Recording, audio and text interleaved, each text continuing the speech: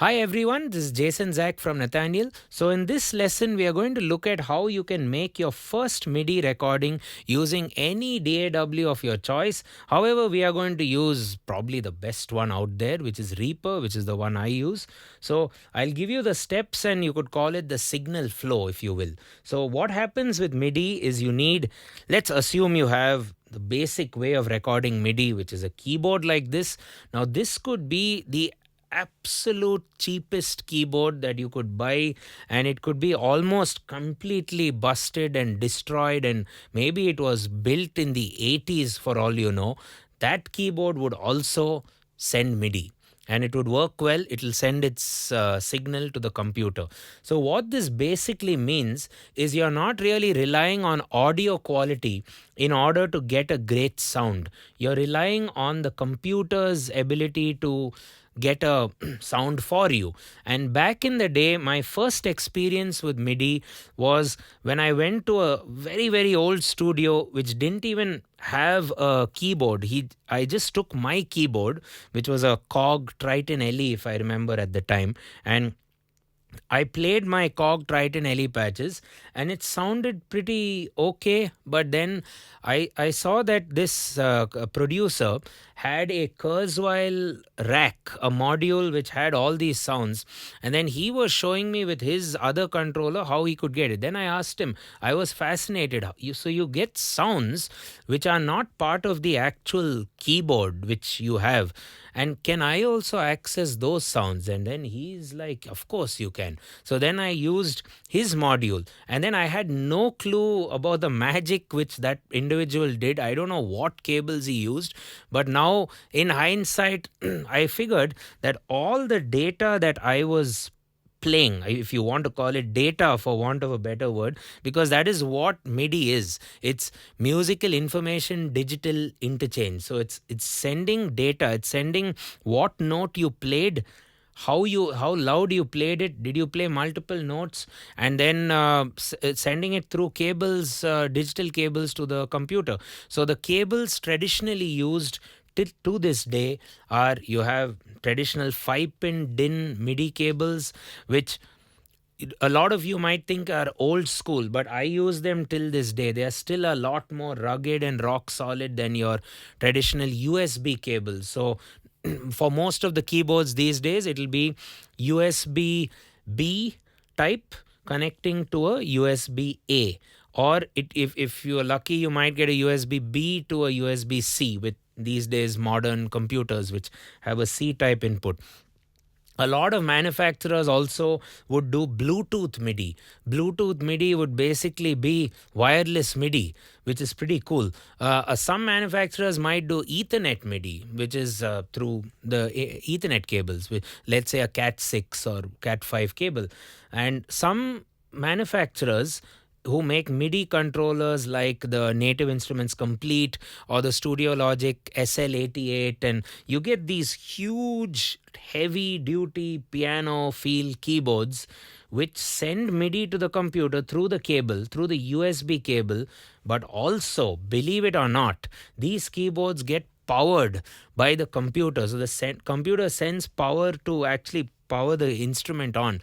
So you don't need an external battery supply. So if you're gigging on stage, you have this kind of very reliable power supply. You just have to ensure that your laptop stays on at all times. So coming to the connection, all you have to do is get these required cables. To choose the cable, you have to decide whether your audio interface has a MIDI in port. If it doesn't, you might want to go USB, in which case you don't even need an audio interface for the purpose of sending MIDI to the computer or the DAW. All you need is that MIDI cable, a USB cable, which is a USB B type to A type that sends to the computer, and you're good to go. However, you might want Bluetooth, but trust me, Bluetooth may result in latency. So you play something and then you hear it later, and that's really annoying at times. So I prefer cable MIDI always rather than the modern options out there. Okay, so once you figure out how to connect it to your computer, if you're sending a specific keyboard to a computer, especially if it's Windows, you might need drivers for it. It won't end up being a plug and play environment. So you might need drivers. So go to your, let's say, Yamaha website or Google the drivers and get something specific for your operating system. If it's Mac, is it an Intel Mac or is it an Apple Silicon Mac? Is it M1, M2, M3, M4, whatever it might be? Try and get the drivers for that specific system. Then, once we've made our required connections, what happens? You power on your keyboard, power on everything. You might want to, in your DAW, first of all, go and reset all MIDI devices. So then it'll understand that, hey, this guy has plugged this in. And also all DAWs, Reaper included, will have a MIDI settings system where all your MIDI devices would be configured. So you go to MIDI devices and you'll see this keyboard show up in what I'm showing is in Roland RD88. So you should see it show up in MIDI devices, and you'll have to enable input from this device. Now, a lot of MIDI controllers out there would enable either input for the keys, which would be the notes that you're playing. It would also enable input for controlling the actual DAW, or maybe making changes to the synthesizer, which could be your piano instrument or your synth lead or your guitar patch or whatever it might be. So all these rotary encoders or faders that you might use would then be applicable for controlling the synth. So make sure you consider, do you want to enable only input, or do you want to enable also the control data, the control message data, which would be your pitch wheel, your mod wheel, your rotary knobs, and so on and so forth. And then you can assign it later to various parts of your DAW. So once you figure that out, once you've enabled it, you're good to go after you've made a track. So make a track in Reaper. It's very easy. You just have to double click, and then you, before arming the track, you could arm it or you could arm it later. Arming basically means hitting that record red button. So before doing that or after, you need to set the input. By default, a lot of software would default the input to being an actual audio input, like a microphone or a cable, a guitar cable or line in.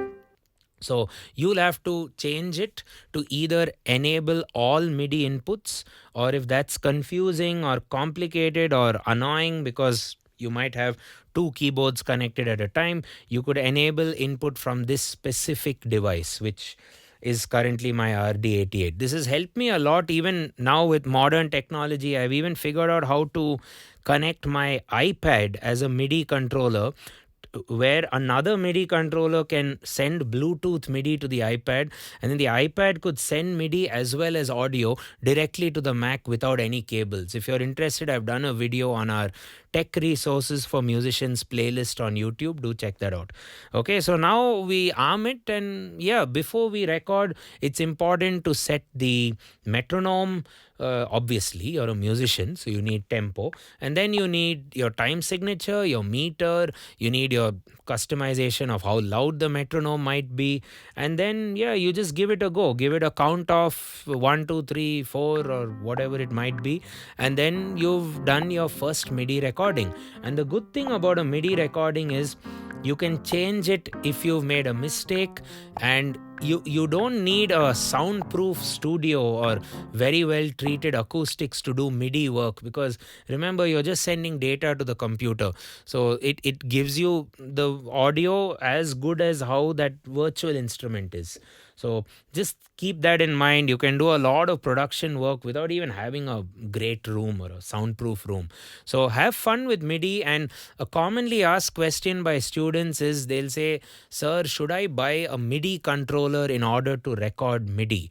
And what I would say is, you can, but then a MIDI controller doesn't have any sound on it. Why can't you just get a normal piano from the shop, like a proper digital piano, which has its own sounds on board? Sounds pretty good. It's a good brand. And digital pianos like Roland, Nord or Yamaha are workhorse brands. If you buy these modern brands like, I usually don't mention brands because they might get angry with me. I've got a lot of people wanting to finish me off. But most MIDI controller brands out there would just not make the keys well. Number one, they just don't they don't mechanically make a great action for a piano player, or at least a seasoned, experienced piano player. Younger kids or inexperienced folk who want to produce music would buy these things because it looks colorful and fancy. But deep down, my Roland RD88 or my Yamaha CK88, you can check out. I've done a review on the two keyboards I have. We'll leave it to you in the description. These two keyboards control my DAW, and I take it on stage. And there are some gigs where I just want to play in a room, like a small, a church hall or something like that, or just at a party with friends, or in a like a campfire setting. So you have sound on board. Why do you need to then commit to MIDI, connect to computer? So get something which serves all requirements when you're investing in MIDI gear. And you might want to also, just to polish things off, get some MIDI accessories. Obviously your pedals, your expression controllers. You also might want an additional controller for your DAW, which again is working through MIDI. I have a COG Nano control. You can check it out. It's a great device, very affordable. You can also trigger MIDI through foot pedals, which, for example, I have a couple of products from Elgato. So Elgato gives me this pedal, which I can choose an app, in this case Reaper, which I use a lot, or Logic, whatever. And then the pedal does things which the DAW could trigger, like recording and basic functions. So that's about MIDI. It's a great environment to be in. But having said that, my advice would be not to just make music via the MIDI protocol. Have a combination. Use virtual instruments as well as use real instruments.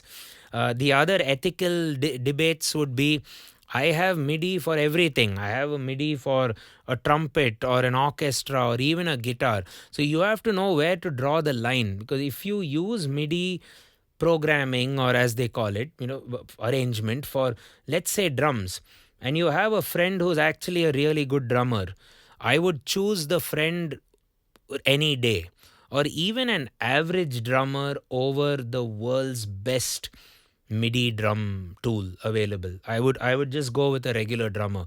If that drummer has the time and gives in his 100% and his energy towards your composition, get a human being any day. Same thing goes with choirs. Same thing goes with violin. Same thing goes with trumpet. So since I play trumpet, I have never really used the MIDI trumpet tool. And when you actually play the instrument, you know how horrible the replication of a real instrument is. I play a bit of guitar, so I just cannot use MIDI for guitar, because I have so many friends who are brilliant guitar players, nylon, electric, acoustic. So it's very rare that you'll find me using a MIDI scenario. Maybe it's for quick work if we do for a brand or like an ad jingle or something where the product is needed literally the next day. We might compromise, but it's always better to replicate real instruments with real people, real human musicians who come to your studio. So don't let MIDI slow you down from being an audio engineer, because I don't think you can be a great audio engineer if you just only use MIDI. You have to do the real stuff. You have to learn cables, you have to learn miking, you have to learn patching, gain staging, and whatnot. Okay, so those are my thoughts about MIDI, and hopefully using all of this you can get your first ever MIDI recording going on the Reaper DAW or whichever DAW that you have with you. It could even be GarageBand or Audacity or whatever, but Reaper is awesome. Check it out. Right guys, thanks a ton for watching. See you in the next one. Cheers.